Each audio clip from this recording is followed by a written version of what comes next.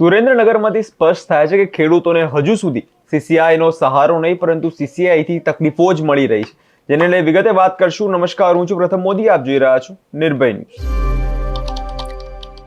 સુરેન્દ્રનગરની મિલ જીન ખાતે સીસીઆઈ દ્વારા કપાસની ખરીદીની શરૂઆત કરવામાં આવી. સરકારના દાવા પ્રમાણે તો ખેડૂતોના હિત માટે મોટું પગલું છે, પણ હકીકત એવું છે કે ખેડૂતોનું કહેવું છે કે ખરીદી તો સહાય નહીં પરંતુ તકલીફ જે છે બની ગઈ છે. ખેડૂતોના કપાસની હરાજી માટે 56 ખેડૂતોએ પોતાના રજીસ્ટ્રેશન નંબરને આધારે કપાસને લઈ સેન્ટર પર પહોંચ્યા હતા. ખેડૂતોએ સવારથી લાઈન લાગી પણ કોઈ પણ કામમાં સમયસર પ્રક્રિયા નહીં. સીસીઆઈની ટીમ મોડી અને જે શરૂ થયું તેમાં પણ ગડબડનો ગોટાળો જોવા મળ્યો છે. 3 ખેડૂતોના કપાસની સીસીઆઈ રિજેક્ટ કરી દીધા, સીધા રિજેક્ટ કરી દીધા.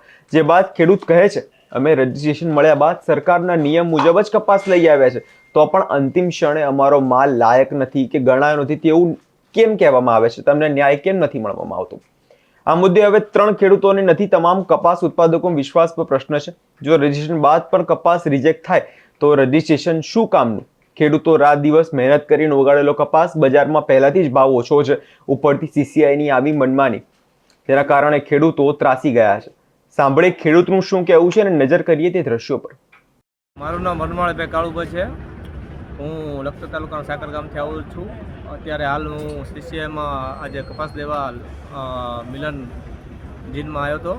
તો અહીંયા જોવા મળ્યું છે કે ભાઈ ખેડૂતનો માલ બહુ મોટા પ્રમાણમાં રિજેક્શન થવા મળ્યું છે, કે રિજેક્ટ બહુ કરે છે. હવે ખેડૂતો અહીંયા એક તો સવારના 8 વાગ્યાથી મારો અત્યારે 5 વાગે વારો આવ્યો, એટલે સવારના અમે આખો દિવસ ખોટી કર્યો અને રિજેક્શનના બહુ પ્રોબ્લેમ આવે છે. અને જો ખેડૂતને આ લોકો હેરાન કરવાના હોય તો આ જે ટેકાના ભાવે સરકાર જે ખરીદી કરી રહ્યા છે તો એનો કોઈ મતલબ નથી, કારણ કે ખેડૂતને 5-25 રૂપિયાનો આમાં ફાયદો થવો જોઈએ એવું સરકાર પાસે અમારી વિનંતી છે કે ભાઈ આ રીતે ખેડૂતને ખોટા હેરાન કરશો નહીં અને ખેડૂતનો કપાસ તમે સારી રીતે લો. કારણ કે ખેડૂત માટે આ સીસીઆઈનું આપણે ચાલુ કર્યું હોય તો પછી ખેડૂતને 5-25 રૂપિયાનો ફાયદો થવો જોઈએ, કારણ કે એક તો વરસાદના કારણે ખેડૂતનો માલ મોટા પ્રમાણમાં નુકસાની તો આવી જ છે. જે કપાસના ઉતારા 20 થી 25 મણ આવતા એની જગ્યાએ અત્યારે 10 થી 15 મણ થઈ ગયા છે. તો બરાબર, તો હવે આ નુકસાન સરકાર, કુદરત અને સરકાર બંને જો રૂટશે તો પછી ખેડૂત આમાં ક્યાં જશે? તો મારી સાહેબો જોડે નમ્ર વિનંતી છે કે ભાઈ ખેડૂતનો માલ તમે થોડો ઘણો 20-25 થાય તો તમે રાખો, કારણ કે ખેડૂતને ફાયદો નહીં થાય તો ખેડૂત પછી તમારી જોડે ખેડૂત જોડાવાનું હોય. બરાબર.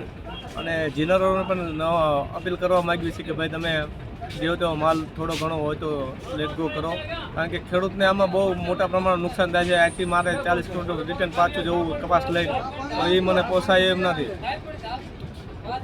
7.4.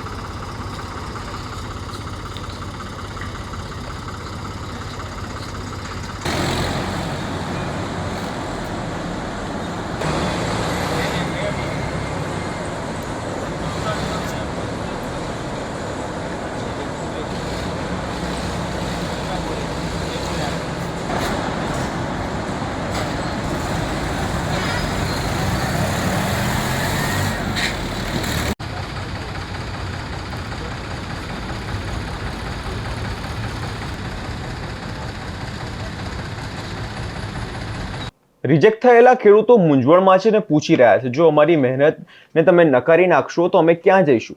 જ્યારે સરકાર કાગળ પર ખેડૂતને સહાય માટે મદદના વચનો આપે છે, ત્યારે મેદાનમાંની વાસ્તવિકતા જોવા જઈએ તો કંઈક અલગ જ છે.